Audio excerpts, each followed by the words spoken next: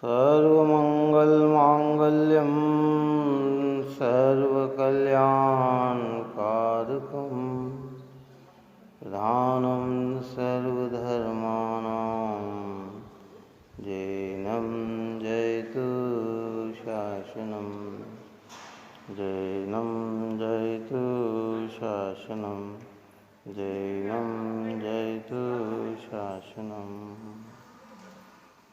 नमस्मै साराय सानुभूतिया चकास्ते चित्तस्वभावाय भावाय सर्वभावान्तरचिदे सर्वभावान्तरचिदे सर्वभावान्तरचिदे।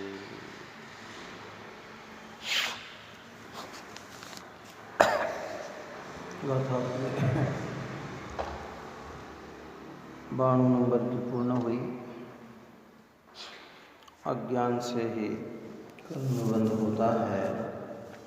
अब यहाँ आगामी गाथा में यह बात कहते हैं कि ज्ञान से कर्म उत्पन्न नहीं होता।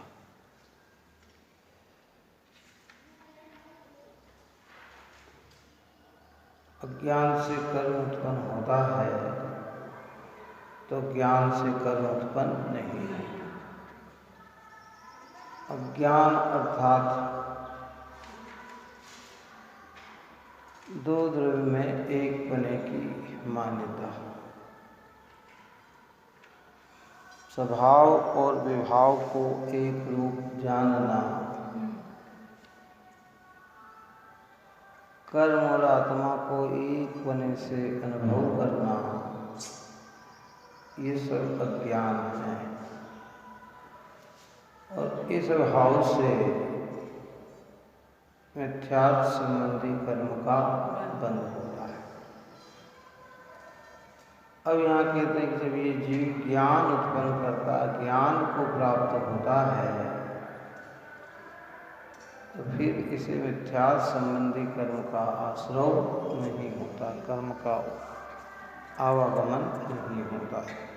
देखिए गाथा 93। पर को नहीं निज रूप अरु निज आत्मा को नहीं पर करे, यह ज्ञानमय आत्मा अकारक कर्म का ऐसे बने, अकारक कर्म का ऐसे बने अर्थात वह कर्म का कर्ता नहीं होता है। कौन? वह आत्मा कर्म का कारक है जो पर को नहीं निज रूप और निज को आत्म को नहीं पर करे, जो पर को अपने रूप करे अर्थात माने, करे अर्थात क्या है? माने। एक में सब बात इसमें आती है। आत्मा को अन्य रूप नहीं मानता और अन्य को आत्म रूप नहीं मानता। जो आत्मा इस प्रकार परिणमित होता है वह कर्म का अकारक होता है, अर्थात वह कर्म का कर्ता नहीं, कारक नहीं होता है।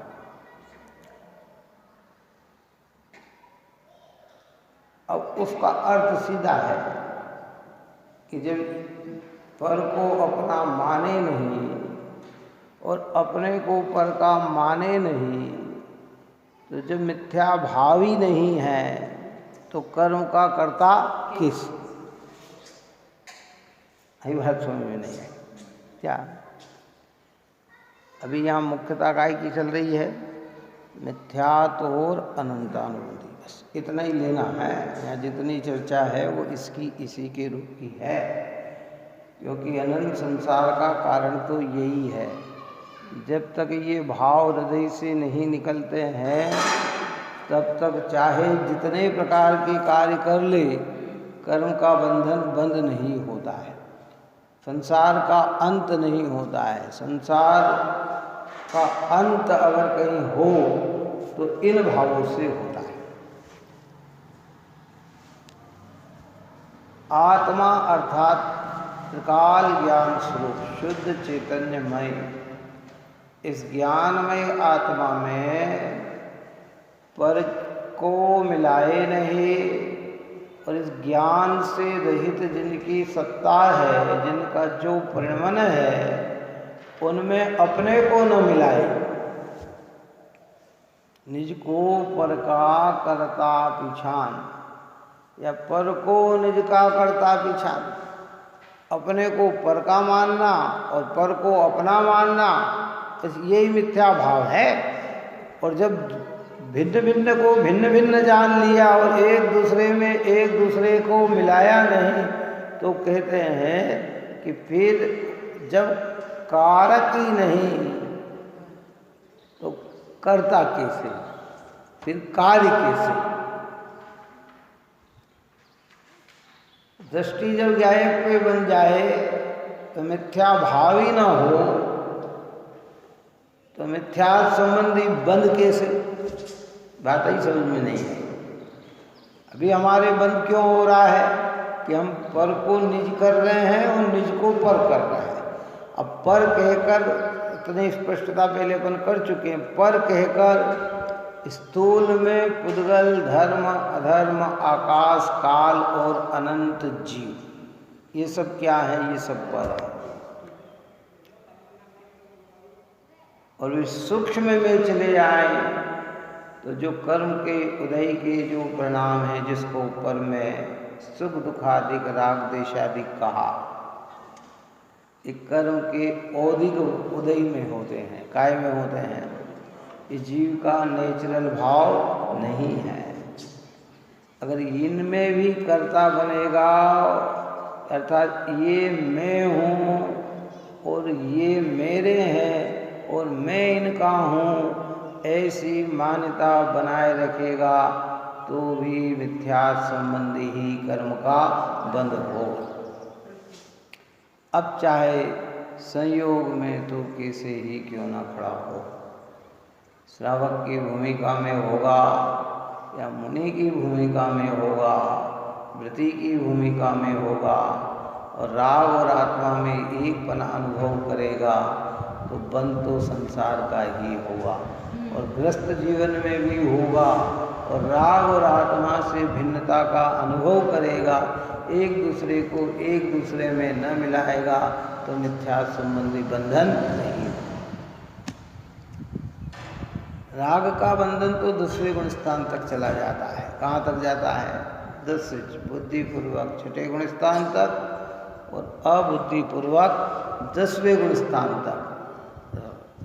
कर्मबंध की प्रक्रिया 10वें गुण स्थान तक होती है सांप्रायिक, और इर्यापत रूप में देखे जाए तो आगे के गुण स्थान में भी होती है, लेकिन वहाँ कषाय न होने से स्थिति अनुभाग नहीं होता। लेकिन यहाँ तो स्थिति अनुभाग वाला भी होता है, परंतु उसमें मिथ्या संबंधी बंधन नहीं होता। कब नहीं होता? कि जब अपने को पर में न मिलाए और पर को अपने में न मिलाए, दोनों को भिन्न एक ही पर्याय में, एक ही समय, एक ही में ज्ञान अपना कार्य कर रहा है, राग अपना कार्य कर रहा है, पर दोनों एक में नहीं है। अंतर समझ में आया नहीं आया? इतनी मेहनत है ये, आप और हम अनादिकाल से ये मेहनत कर नहीं पाए। राग में ही जकड़न हो गई, राग को ही मजबूती से पकड़ लिया, राग ही मैं हूँ, कहते नहीं रुका।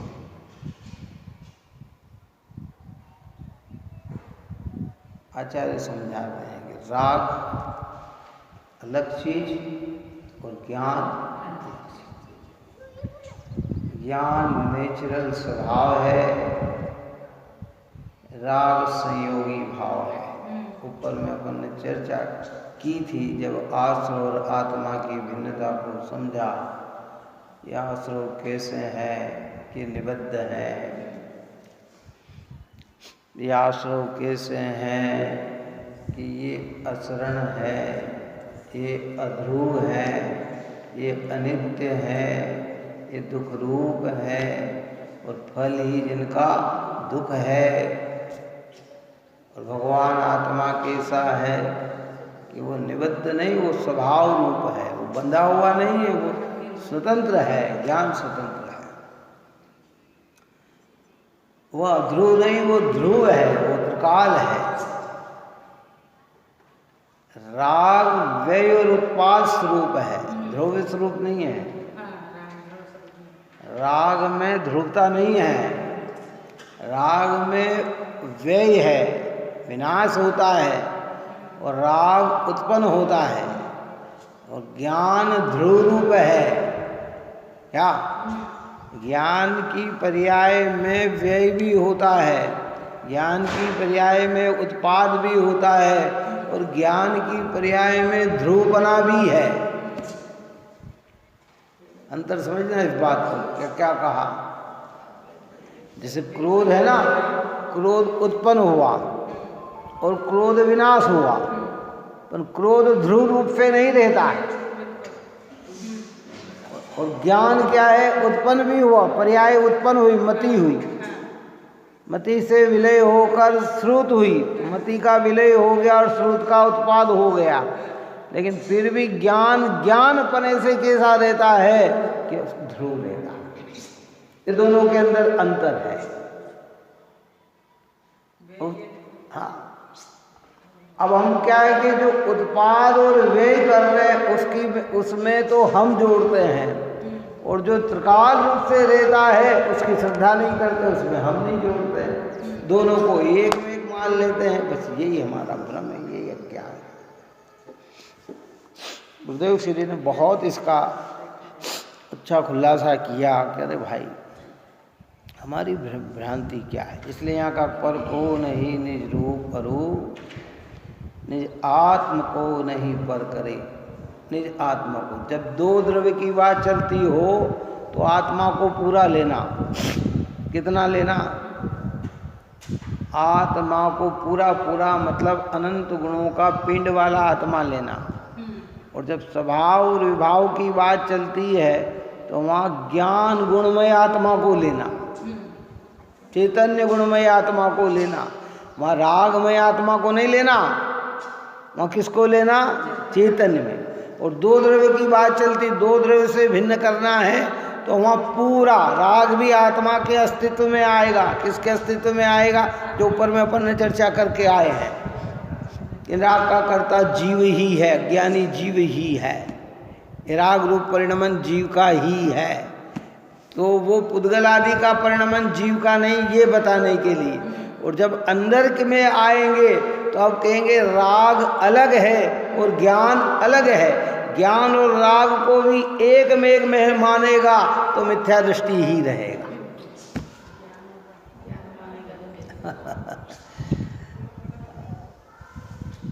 देखिए देखा था, जो पर को अपने रूप नहीं करता और अपने को भी पर नहीं करता, वह ज्ञानमयी जीव कर्मों का अकारक होता है, अर्थात करता नहीं होता।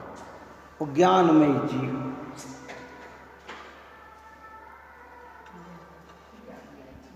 इसलिए इन क्रोधादिक भाव को मिटाने के लिए ही कि मंत्र जिनवाणी माता देती है कि तुम्हें ये क्रोधादिक भाव मिटाना है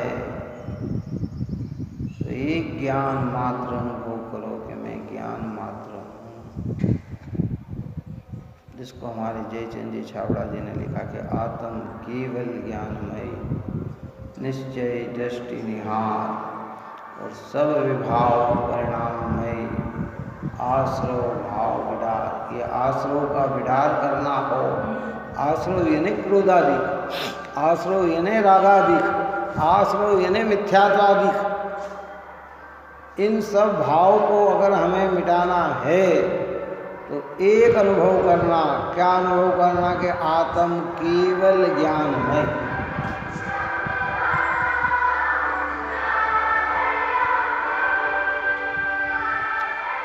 ये एक ज्ञान में आश्रव की भी चर्चा करी। देखो इसमें कितना गजब किया जयचंद जी छाबड़ा जी ने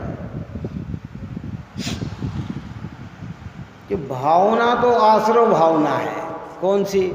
12 भावना में आश्रव भावना में ये लिया होना।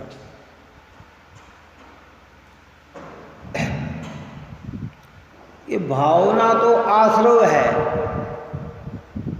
लेकिन आश्रव को बताते हुए आश्रव से निवृत्ति कैसे लेते हैं ये भी इसमें बता दिया। बात ही समझ में नहीं आई। कथन किनका करना था उनको? आश्रव का। आश्रव भावना में आश्रव। बुद्धचंद जी ने क्या लिखा? उन्हें आश्रव मोह नींद के जोर, जगवासी धोबे सदा, कर्म चोर चहो और, सर्वस लूटे सुधी नहीं। ये उन्होंने आश्रव की चर्चा की कि ये मोह का, नींद के जो जोर है ना, ये सब आश्रव भाव हैं। और ये आश्रव भाव हमारी आत्मा को चारों तरफ से लूट रहे हैं। और यहाँ आश्रव भी बताया और आश्रव से निवृत्ति भी बताई, और आश्रव कहाँ है ये भी बताया, आत्मा कैसा है ये भी बताया।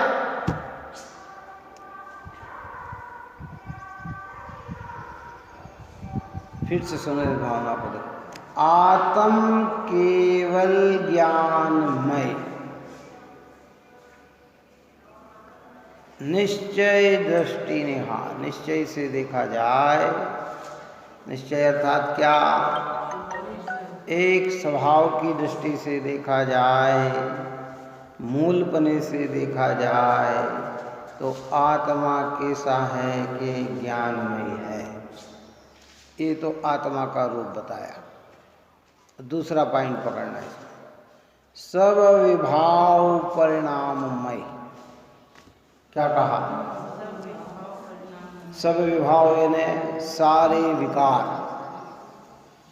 मोह राग देश का परिणाम, क्रोधादिक का परिणाम, रागादिक का परिणाम, ये सारे भाव कहाँ हैं कि पर्याय में है।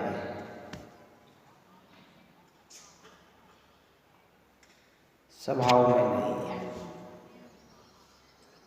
और इन परिणाम का विडार यानी दूर करना है। किनको? ये जो परिणाम में विकार है ना, ये भी मिथ्यात्व का भाव है ना, ये मिथ्यात्व भाव को दूर करना है, विडार यानी नष्ट करना है। तो तुझे उसका ध्यान रखना पड़ेगा कि जो तेरा स्वभाव है कि आत्म केवल ज्ञान है। दूर करने का तरीका ये है। ऐसे यहाँ कह रहे हैं कि भैया ज्ञानी कर्म का अकर्ता क्यों है, अकारक क्यों है? अज्ञानी कर्म को उत्पन्न करता है, ज्ञानी कर्म को उत्पन्न क्यों नहीं करता है? कि ज्ञानी एक में एक मिलाता नहीं है, निज को पर नहीं करता और पर को निज नहीं करता। राग को आत्मा नहीं मानता और आत्मा को राग नहीं मानता। राग और आत्मा में भेदता समझता है, भिन्नता समझता है। और जिसमें भिन्नता समझे उसमें हम नहीं होता। उसके प्रति भाव तो आ सकते हैं पर उसमें हमपना नहीं आता, उसमें एकत्वपना स्थापित नहीं होता। जिनको भिन्न समझ लिया उसमें एकत्वपना स्थापित नहीं होता। राग तो आ सकता है, क्या बताओ क्या हो सकता है? भारत के अड़ोसी पड़ोसी देश से और उन अड़ोसी पड़ोसी देश में कभी कुछ विपत्तियाँ आ जाए भारत क्या करेगा? उनका संयोग करेगा कि उनको और अपने को एक मानेगा? बताओ क्या कर सकता है? अन्य देश भी भारत में कोई विपदा आ जाए, भूकंप आ जाए, बाढ़ आ जाए, बहुत कुछ नुकसान हो जाए तो वहाँ से कुछ मदद मिलती है। क्या मिलती है? तो राग तो हो सकता है, लेकिन वे क्या दोनों को एक मान सकते हैं? कदाचित व्यवहार में एक कह भी सकते हैं, कितने रूस और भारत तो एक है, क्या कह देते हैं, कभी कभी ये ऐसा भी कह देते हैं। क्या कह देते हैं? ऐसा भी कह देते हैं, लेकिन एक नहीं होता। आप और हम सोचें, बहुत सारे भेद ज्ञानी रोज ये तो करना चाहिए, भेद ज्ञान नहीं करते, ये हमारी है। परिस्थिति जब पड़ती है, विपत्तियाँ जब आती है तो समाज भी एक हो जाता है। क्या हो जाता है? तो हम ये भी कह सकते हैं उस समय कि भैया हम श्वेतांबर दिगंबर, हम तो एक हैं। क्या कह सकते हैं? अन्य के सामने बोलो क्या कहा जाएगा? है मुसलमानों में भी इतना भेद है, और जब लड़ाई झगड़े होते हैं ना तो कहते खब खुदा को मानने वाले एक हैं। हम कहते महावीर को मानने वाले एक हैं, पर एक कहते हैं कि एक हो जाते हैं, अंदर में क्या एक दूसरे की मान्यता को अपना लेते हैं?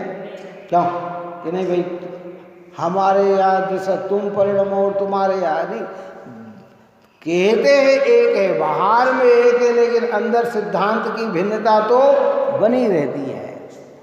ऐसे कहते राग भी आत्मा कहा जाता है। अन्य द्रव्य के सामने, पुद्गल धर्म धर्म आकाश काल आदि के सामने राग को भी आत्मा का और आत्म रूप कहा जाता है, लेकिन ज्ञानी जानते हैं कि आत्मा का ज्ञान स्वभाव है, राग विभाव है। राग को ज्ञान रूप नहीं करना और ज्ञान को राग रूप नहीं करना, अर्थात राग को ज्ञान रूप नहीं मानना और आत्मा को राग रूप नहीं मानना। ऐसा भेद ज्ञान होता है और अनुभव होता है ज्ञान का, तो उसी समय मिथ्यात्व संबंधी कर्म का निवारण हो जाता है। तो कहते ज्ञानी को कर्म उत्पन्न नहीं होते। कर्म उत्पन्न का कारण क्या? बोलो क्या? भारी चीज नहीं, अज्ञान। ये नहीं समझना ये अज्ञान कर्मबंध का कारण है। परसों क्या दृष्टांत दिया था कि धूल चिपकने का कारण क्या है? शरीर पे तेल का मर्दन जो है ना, वह धूल चिपकने का कारण है। इसी अज्ञान को शास्त्रीय भाषा में कहा जाए तो मोह कहते हैं कि ये मोह है। क्या कहा? ये मोह का परिणाम है। मोह का परिणाम जिसकी परिणति में नहीं, वो कर्म का कारक। बस वहाँ उतना ही लेना हो। मैं बार बार खुलासा इसलिए कर रहा हूँ क्योंकि नहीं तो हम कहेंगे साहब आपने तो कह दिया कि ज्ञानी को कर्म का बंध नहीं होता, तो सर्वथा बंध का माने तो ऐसा नहीं। मिथ्यात्व संबंधी बंध नहीं होता, मिथ्यात्व संबंधी आश्रव नहीं होता। 57 प्रकार का आश्रव होता है। कितना प्रकार का होता है? उसमें सबसे पहले नाम किसका है? मिथ्यात्व का है। मिथ्यात्व के 5 प्रकार के आश्रव है, इतना है ना। और 5 प्रकार के बंध में भेद करके समझाया तो कहा कि मिथ्यात्व, अविरति, प्रमाद, कषाय, योग बंध हेतुत्व है। ये बंध के हेतु हैं कौन? ये मिथ्यात्व का, ये अविरत का, ये प्रमाद का, ये कषाय का, ये योग, ये सब बंध के हेतु, ये बंध के निमित्त है, कारण है। क्या? तो वो मिथ्यात्व का जो आश्रव है ना, जैसे ये भेद ज्ञान होता है तो वो आश्रव निराश्रव हो जाता है, अर्थात वो बंध नहीं होता। क्यों? कि भाव ही नहीं है तो बंध कैसे होगा? बोलो, पुण्य बंध कैसे होगा? हम मंदिर में आ जाए, बैठ जाएं और हमारे भगवान के दर्शन पूजन के भाव ही न हो, विनय के भाव ही न हो, उनकी प्रति बहुमान ही न हो, और हम बैठे रहें तो कितना पुण्य अर्जन होगा? क्यों नहीं होगा? कि भाव ही नहीं है तो बंधन कैसे होगा? है और भाव होंगे तो क्या होगा, तो पुण्य का बंध होगा। तो मिथ्या तो होगा तो बंध होगा, मिथ्या तो होगा ही नहीं तो बंधन कैसे होगा। तो ज्ञानी मिथ्यात्व का अकर्ता है कि करता है, कि अकर्ता है। और अविरत संबंधी जो अनंतानुबंधी संबंधी जो कषाय है, वो कषाय भी उसकी चली जाती है।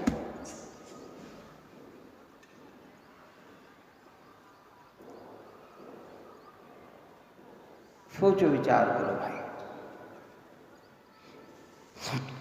युद्ध में राजा मरता है ना, युद्ध लड़ रहे हो ना, राजा जब मरता है तो अकेला राजा नहीं मरता है, साथ में कई सैनिक मरते हैं तब राजा मरता है। कौन? पुराने समय में जब युद्ध होता था ना, राजा युद्ध के लिए जाता था ना, तो चारों तरफ बाउंड्री में सैनिक चलते थे कि पहले तीर लगे तो किस, जैसे आज भी होता है, प्रधानमंत्री को अगर किसी ने गोली मारेगा ना तो पहले किस पे लगेगी,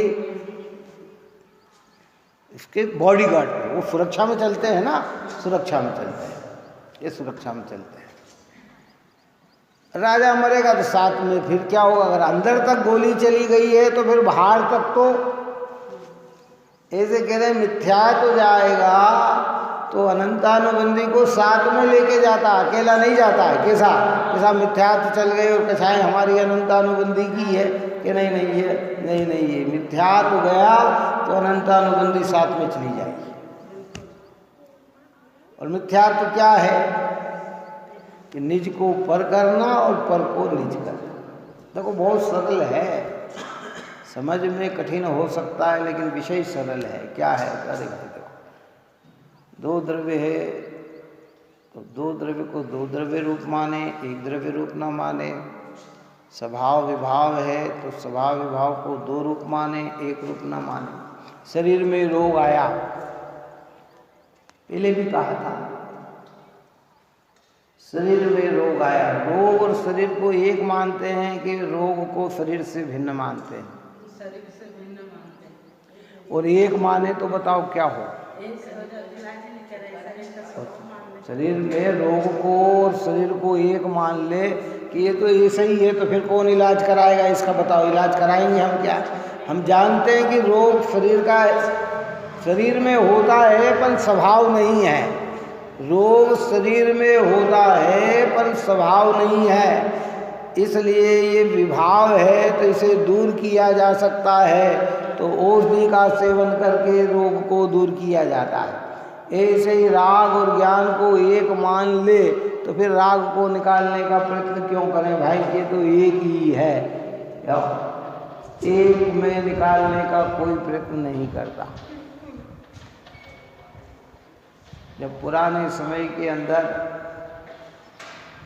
डाइक्लिन होते थे, केमिकल नहीं चलते थे, और कपड़े पे कोई ऐसा दाग लग जाता, घेरा लग जाता, महिला निकालने का प्रयत्न करती और नहीं निकलता तो फिर थक हार के कह देती कि अब ये तो नहीं निकलेगा, रहने दो, अलग ही रख दो। क्या क्या क्या करते थे? क्यों? कि स्वभाव मान लिया कि अब ये निकलेगा ही नहीं है। तो जब स्वभाव मान ले तो प्रयत्न क्यों करेंगे हैं? और फिर जब से आई करे नहीं भाई, कैसा भी हो ड्राई क्लीन से क्या होगा, दाग निकल जाएगा। हमसे नहीं निकल रहा है, ये दूसरे। तो ये भेद ज्ञान सम्यक दृष्टि ज्ञानियों को होता है। अगर जिसने राग को स्वभाव मान लिया, वो राग को निकालने का कभी प्रयत्न ही नहीं करता, क्योंकि वो सोचता है कि राग निकलेगा कैसे, ये तो थक गए हम। तो हम का आप लोग जो हम कहते हैं ना, बहुत कोशिश कर ली क्रोध को दूर करने का, भैया क्रोध तो दूर ही नहीं होता। जब हम बहुत समझा लिया, आज नमोकार मंत्र भी बोल लेते, भगवान का स्मरण भी कहते। कोई कहता है कि जब क्रोध आए तो मुंह में पानी रख लो, तो पानी भी रख लेते। कोई कहता है हे नमोकार मंत्र आए तो आप दूसरी जगह चले जाओ, हम दूसरी जगह भी चले गए, परंतु हमारा क्रोध तो कभी मिटा ही नहीं, इसलिए तो मिटने वाला ही नहीं। और मिटने वाला नहीं तो इसको हमने स्वभाव मान लिया। तू नहीं, तेरे में नहीं मिट रहा है, जिनका मिटा है ना उनने कैसे मिटाया है ये समझ। क्यों है? कैसे मिटाया है?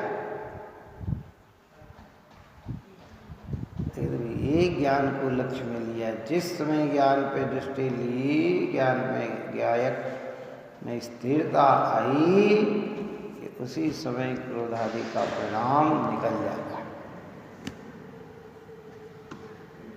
पर मैं कहा था ना कि इनका काल भेद भी नहीं है। ज्ञान का होना और आश्रव का दूर होना एक काल है। कैसा काल है? ऐसा नहीं कि ज्ञान की अनुभूति आज होगी और मिथ्यात्व कर्म का बंध कल बंद होगा।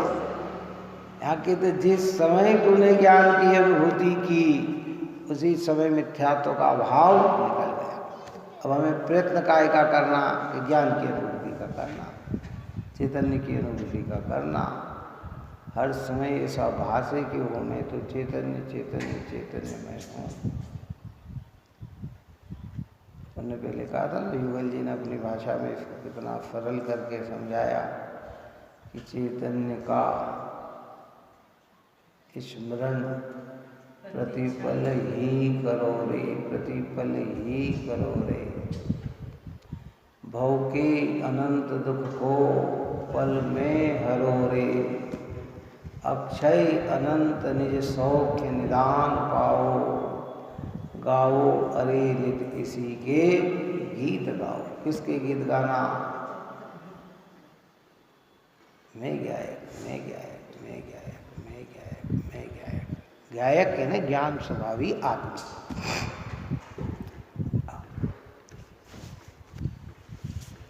टीका में कहते हैं, देखो, जब आत्मा, यह आत्मा जब ज्ञान से पर का और अपना परस्पर विशेष अंतर जानता है, तब पर को अपने रूप और अपने को पर रूप नहीं करता हुआ स्वयं ज्ञानमय होता हुआ कर्मों का अकर्ता प्रतिभास होता है।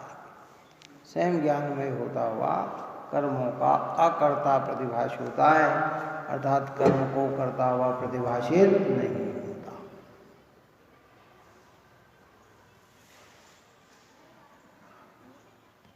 ऊपर में भी यही बात कही थी कि जब तक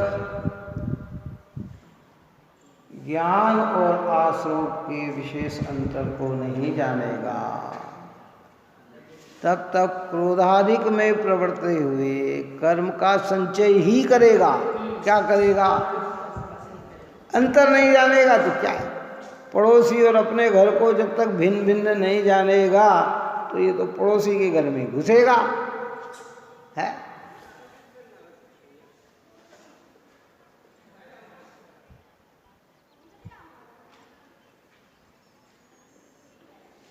और अंतर समझ में आया तो अपने घर में रहेगा, और अपने घर में रहेगा तो स्वतंत्रपने का अनुभव करेगा, पर में रहेगा तो परतंत्रपने का अनुभव करेगा। व्यवस्था ऐसी है, संसार की दशा ऐसी होती है। कई बार ऐसा भी हो सकता है, अड़ोस पड़ोस में होता बहुत प्रेम होता है, खुल कर ही चले जाते हैं, बिल्कुल बेहिजक होकर चले जाते हैं, आ जाते हैं, तो उन्हें ऐसा लगता है कि मानो ये अपना ही घर है ना? ऐसा प्रेम बढ़ जाता है जब ऐसा लगता है, आदान प्रदान खुल की है, तो वो महसूस करने लगता है अगर ऐसे मानो। पर कई बार ऐसे भी होता है कि जब कोई बहुत बड़ी प्राइवेट बात करना होती है तो उस पड़ोसी से निवेदन भी किया जाता है। क्या किया जाता है कि आप थोड़ी देर बाद आना, अभी जरूरी बोल किया जाता है करें। और घर के अंदर परिवार है तो प्राइवेट बात भी हो तो वो कोई बात नहीं, वो तो घर का ही सदस्य है ना। इतना होता है कि नहीं होता? बहुत अच्छा संबंध भी हो है तो किधर है सब, थोड़े आप 10-20 मिनट बाद आ जाना, क्या है? और वो भी कहता कोई बात नहीं, आप आपका काम कर लो, मैं फिर आ जाऊँगा। और घर के अंदर क्या होता है? ऐसे कहते राग और ज्ञान में इतनी भिन्नता है। ज्ञान निराकुलता को जन्म देता है, राग पूरा अपना माने तो भी वो आकुलता को ही, वो स्वतंत्र नहीं, वो अपना स्वभाव नहीं है। ऐसी भेदता को समझना अंदर के अंदर। जब इतनी बात समझने से क्या लाभ? आप तो सीधी सी बात बताओ कि हम दया करें, कितनी करुणा करें, कितनी दया का भाव रखें, कितना व्रत करें, कितनी पूजा करें, कितनी भक्ति करें, हैं? और बताओ दुनिया के क्या क्या कार्य करें। करे कोई तो मिटाने के लिए गाथा लिए। ज्ञानियों को ये सब कार्य होते हैं। जब राग का ही कर्ता ज्ञानी नहीं होता है तो परद्रव्य का कर्ता तो वो कहाँ से होगा, है? जब वो होने वाले भाव को भी अपने से भिन्न, पंचाध्याय में उसमें गुरुदेव से लिखा कि पंचाध्याय में या कोई से ग्रंथ में तो इन राग आदि भाव को आगंतु भाव कहा कि आगंतु भाव है। कैसे भाव है? आगंतु मतलब क्या कहते हैं? पुराने समय में आगंतु कहते थे। आगंतु यानी मेहमान। आगंतु का मतलब क्या? मेहमान। मेहमान यानी क्या? आए हैं और जाएंगे। ये बने रहने वाले भाव नहीं है। और ज्ञायक भाव कैसा है? ये बना रहने वाला भाव है, ये टिकाऊ भाव है, ये सदाकाल रहने वाला भाव है। तो ये भाव से इन भावों को क्या समझना? भिन्न समझना। और तू भिन्न नहीं समझता और एक मानता है तो तुझे मिथ्या संबंधी आश्रय है।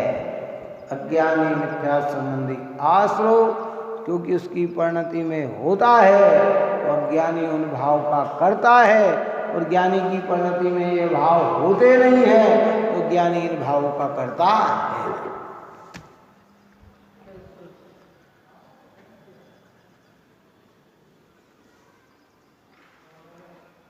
एक घड़ा सीधा रख दिया तो सारे घड़े सीधे रखा जाएंगे। क्या कहते? एक आस्था हमारी सही हो गई तो फिर धीरे धीरे सारी चीज़ों में परिवर्तन हो जाए। और मान्यता ही अगर हमारी मिथ्यात्व की हो गई, अन्य में ही अपनापन ढूंढने लगे तो भैया बंधन तो हमें संसार का चल रहा है, सो चल ही रहा है क्या। इसलिए स्वयं ज्ञानमय होता हुआ कर्मों का अकर्ता प्रतिभास होता है। इसी को स्पष्टतया समझाते हैं, जो ऊपर वाला ही दृष्टांत यहाँ फिर लेके समझाते हैं। जैसे शीत उष्ण का अनुभव कराने में समर्थ, ऐसे शीत उष्ण पुद्गल परिणाम की अवस्था पुद्गल से अभिन्नता के कारण आत्मा से सदा ही अत्यंत भिन्न है। कौन सी? शीत और उष्ण की जो अवस्था है वो अवस्था पुद्गल से अभिन्न है और आत्मा से भिन्न है। अनुभव कराने में समर्थ तो है कौन? शीत और उष्णता। लेकिन शीत उष्णता का जो उसमें अनुभव होता है उस अनुभव से शीत उष्णता भिन्न है। और वो शीत उष्णता किससे अभिन्न है? कि वो पुद्गल से अभिन्न है। पुद्गल की परिणति पुद्गल से अभिन्न है। ये राग देश का जो परिणाम है, ये भाव जो है ये ज्ञान में झलकते हैं। तो ज्ञान में राग देश ज्ञान कराने के में तो समर्थ है ये राग देश काई में है। पर राग देश आज ज्ञान से भिन्न है, ज्ञान रूप नहीं है। ये पुद्गल का परिणमन है, जीव का परिणमन नहीं है। जो ऊपर में कहा था कि ये पुद्गल का स्वाद है, कर्म के उदय का स्वाद है। किसका स्वाद है? ये कर्म के उदय का स्वाद। भ्रांति तो यहाँ पड़ गई इस जीव को। जो हमारे ज्ञान में झलका वही हमारा हो गया। कौन मानता है ऐसा? अज्ञानी मानता है। ज्ञानी क्या मानता है कि नहीं भाई, जो झलका वो मेरा नहीं है, जिसमें झलका वो मेरा है। क्या है? क्यों? सर्वज्ञ परमात्मा के ज्ञान में सारा लोकालोक झलक रहा है। कितना? तो सारे लोकालोक को अपना मान रहे हैं कि जिसमें झलक रहा है वो ज्ञान को अपना मान रहे हैं। बताओ तो एक ज्ञान में अपनापन है उनका। तो आप और हमारी यही भ्रांतियाँ तो है ना। शरीर झलका ज्ञान में तो शरीर अपना नजर आ गया, इंद्रिया झलकी तो इंद्रिया अपनी नजर आ गई, कर्म झलके तो कर्म अपने नजर आ गए, पुण्य पाप झलका तो पुण्य पाप अपना नजर आ गया है।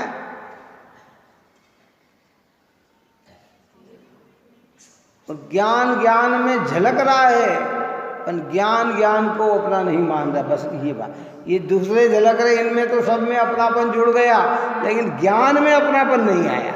यहाँ कह रहे एक ज्ञान में अपनापन आए तो ज्ञानी के मिथ्या तो भाव नहीं, तो फिर वो मिथ्या भाव का करता कैसे? तो उसको कर्म का निवारण हो जाता, कर्म बनते नहीं।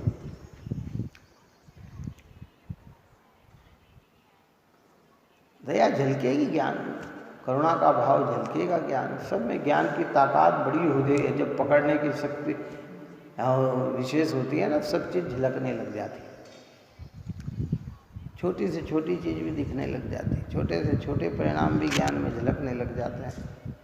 लेकिन वो परिणाम और ज्ञान दो चीज़ है कि एक चीज़ है? ये दो चीज़ है। उसका स्वाद, अनुभव, इसलिए कहते ज्ञानी ज्ञान का अनुभव करते हैं, अज्ञानी राग का अनुभव करता है। जो राग का अनुभव करता है, राग का अनुभव राग और ज्ञान को एक मानता है, वो मिथ्या दृष्टि हो जाता है। और जो ज्ञान और राग में भिन्नता जानकर ज्ञान को ही अपना मानता है, वो सम्यक दृष्टि हो जाता है। तो सम्यक दृष्टि के निराश्रवपना है और मिथ्या दृष्टि के आश्रवपना है। जो ऊपर में कहा गया ज्ञान से कर्म का बंध होता है, ज्ञान से कर्म का बंध नहीं होता है। और कोई उपाय नहीं, कर्म बंध से छूटने का और कोई उपाय नहीं।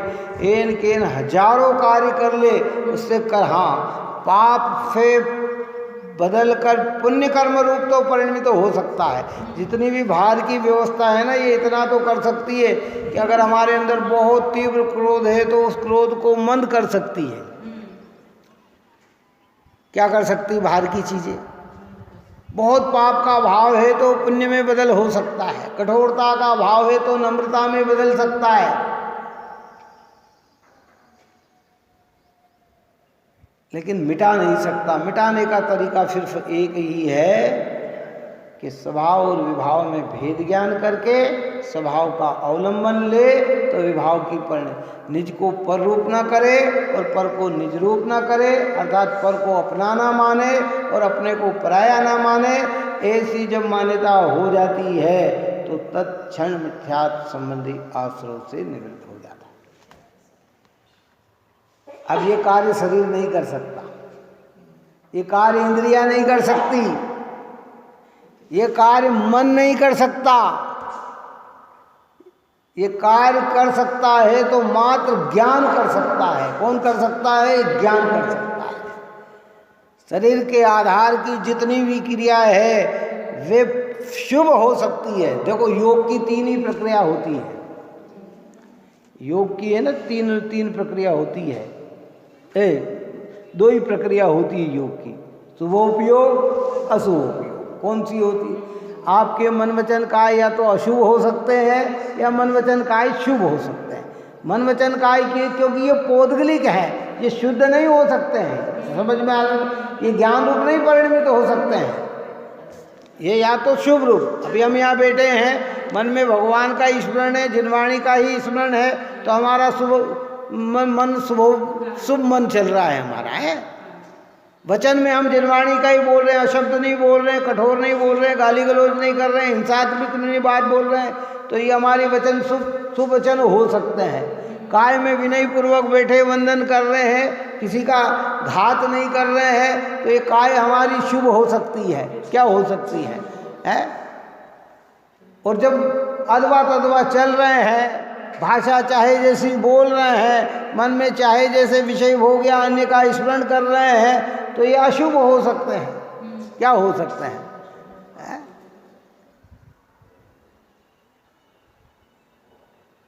शुभोपयोग और अशुभोपयोग तो कहा, ये योग, शुभ योग और अशुभ योग, उपयोग नहीं। शुभ योग अशुभ योग तो कहा, तत्वार्थ सूत्र में लिखा है, शुभ योग से पुण्य का और अशुभ योग से पाप का आश्रय होता है ना। लेकिन उपयोग हमारा ऐसा है कि वो शुभ से भी जुड़ सकता है, अशुभ से भी जुड़ सकता है और शुद्ध से भी जुड़ सकता है, शुद्ध से भी जुड़ सकता है, शुद्धोपयोग। जब ज्ञान मात्र का अनुभव करेगा तो फिर आश्रम ही नहीं रहेगा, वो शुद्धोपयोग हो गया। जिसकी स्थूलता की चर्चा हम 7वें गुण स्थान से करते हैं और प्रकट होने की चर्चा 4थे गुण स्थान से करते हैं। हाँ, एक क्षण के लिए वो प्रकट हो सकता है, कुछ सेकंड के लिए प्रकट हो सकता है, क्योंकि बिना शुद्धोपयोग के सम्यक दर्शन कैसे होगा, बिना आत्मानुभूति के सम्यक दर्शन कैसे होगा। स्थूलता उसकी दिखती है, धीरे धीरे धीरे मुनिराज को विशेष कह दिया जाता है कि देखो मुनिराज भगवंत शुद्धोपयोगी है, क्योंकि वो स्थिर अधिक समय तक स्थिर रह जाते हैं तो विशेषता दिखती है। कई बात होते हैं ना, बहुत सारी चीज़ों को गुण रूप किया जाता है। मैंने इसका एक दृष्टांत दिया था पहले कि जो खेत में बीज बोए जाते हैं ना, अंकुर बोए जाते हैं, क्या बोए जाते हैं तो 3-4 दिन में बाहर आते हैं। कितने आते हैं? लेकिन जिस दिन बोया है ना, उसी में से उसमें उत्पन्न होना चालू हो जाता है। कितना है? बाहर तो जब हमारी आंखों से दिखते हैं तब हम कहते हैं कि ये उग गए, पर वो अगर अंदर में अंकुर न उगे तो ऊपर कैसे आए? अगर 4थे गुण स्थान में शुद्धोपयोग न हो तो 7वें में कैसे आए? चलो बताओ, उसकी उत्पत्ति का कारण तो कहाँ है? आत्मानुभूति है ना। जिस क्षण क्योंकि आत्मानुभूति बिना उपयोग की शुद्धता के होती नहीं है। बस होगा, जैसे ही निर्विकल्प स्वरूप में लीन हुआ, पर अब वो दिखेगा कब? अब आज दुनिया को कैसे बताएंगे कि देखो ये मुनिराज शुद्धोपयोगी, धन्य है मुनिराज की दिशा, शुद्धोपयोग। वो वृद्धि है ना, आंखों से दिख। अब 4थे गुण स्थान की तो दिखती नहीं है। क्यों नहीं दिख?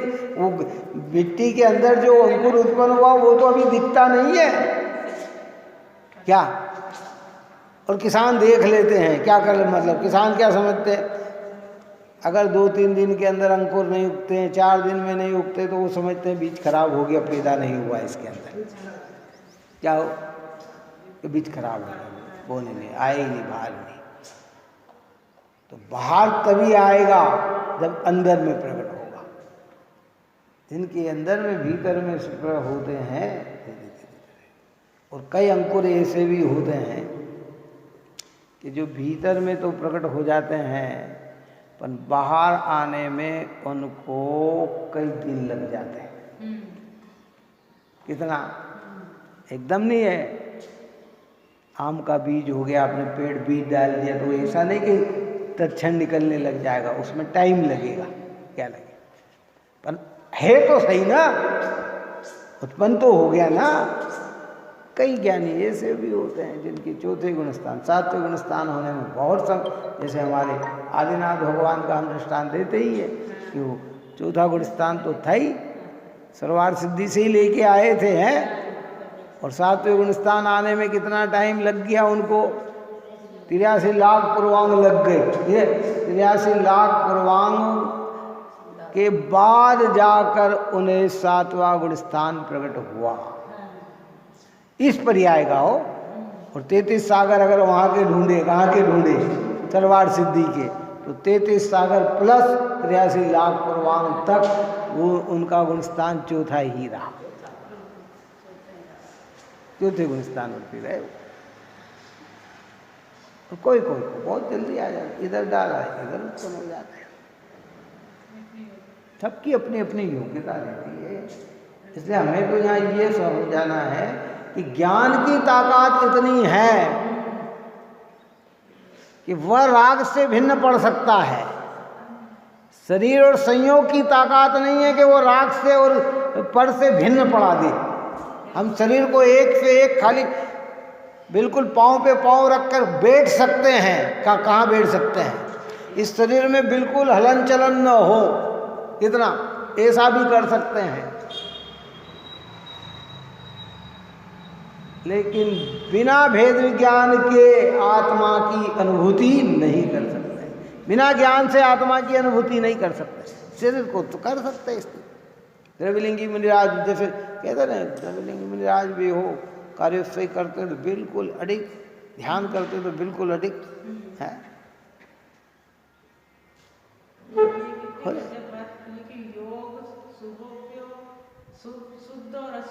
हाँ हाँ, शुभ योग हो सकता है, अशुभ योग हो सकता है, पर उपयोग तीनों रूप होता है। शुभोपयोग रूप भी होता है, अशुभोपयोग रूप भी होता है और शुद्धोपयोग रूप भी होता है। और योग की दो ही प्रक्रिया है, या तो शुभ रूप होगा या अशुभ रूप होगा। देखो अनंत भगवान में योग है ना, इसलिए उनको आश्रव शुभोपयोग आश्रव है भी अनंत की बढ़िया। यद्यपि उनका आश्रव इर्यापत है, सांप्रायिक नहीं है। कर्म बंद करके स्थिति पड़े ऐसा नहीं है, आता है और निकलता जाता ऐसा है। पर योग है ना, और सिद्ध भगवान को अभी योग ही नहीं है, शुद्धोपयोग पूरे शुद्ध है निरा। तो वहाँ आश्रव ही नहीं है, न शुभ है न अशुभ है, कोई सा आश्रव नहीं। सोचा विचार करें इन बातों को, चिंतन में ले। इससे अपनी महिमा क्यों नहीं, ज्ञान की महिमा आएगी ना। हम योग को ही आत्मा मानकर योग तक ही सीमित हो रहे हैं। यहाँ के ज्ञान राग से भिन्न पढ़ने की ताकत ज्ञान की है, शरीर की नहीं है। लोग कहते हैं ये इतने ये कर लो, ये कर लो, ये कर लो, इससे भिन्न हो जाओगे। कहते भाई इसके लिए तो कहते हैं कि कोटि जन्म तप तपे ज्ञान बिन कर्म झरे थे, है। ये करोड़ों तक कार्य कर लिए, ये कार्य नहीं कर पाए तो ये ज्ञान का कार्य नहीं कर पाए। अब सब तरफ से उपयोग को समेटकर ज्ञान की ओर मुख्यता से करे, हैं। जब निज को पर रूप नहीं करे और पर को निज रूप नहीं करे तो कहते हैं फिर उस समय कर्म का बंध नहीं होता, और वो हमें करना है। शरीर की क्रिया तो एक लिमिटेशन समय तक ही व्यवस्थित रह सकती है, चाह कर भी नहीं हो सकती है। लेकिन ज्ञान की क्रिया आखिरी तक अगर सचेत रहे तो शरीर बीमार भी हो तो अपने कार्य की सिद्धि कर सकता है ना। इस प्रकार की चर्चाएं की है, आगे और भी बात करेंगे। इसलिए ज्ञान से कर्म उत्पन्न नहीं होते, अज्ञान से कर्म उत्पन्न होते हैं। तो आप और हम सभी जीवों को निरंतर देव शास्त्र गुरु के सानिध्य में रहकर अपने परिणाम को निर्मल बनाए, इसी पवित्र कार्य में लगे। यही मंगल हो।